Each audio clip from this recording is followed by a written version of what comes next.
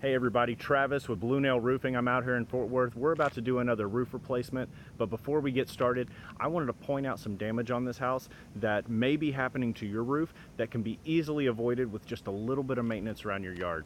And the damage I'm referring to is what we call tree rub.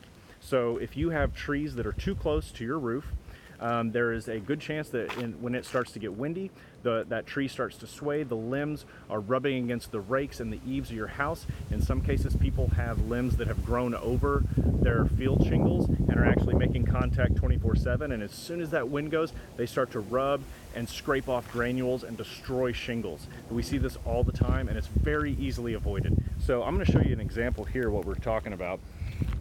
You can see along the rake of this roof where these shingles have just been destroyed.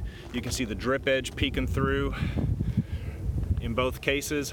Now this limb has clearly been trimmed back, but it was not trimmed back soon enough, so now we have this damage, and that is a very vulnerable place for water intrusion.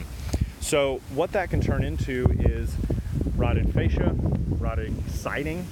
It can turn into leaking in your attic, which can turn into leaking in the interior of your home. And this can all easily be avoided with just a little periodic maintenance on the trees in your yard. So this is a homeowner tip for all you homeowners out there. And we're looking forward to giving you another one in the next video. If you need a roof replacement or you just want an inspection for us to come out and make sure you're all in one piece, visit bluenail.com and we'd love to come check out your home. All right, see you in the next video.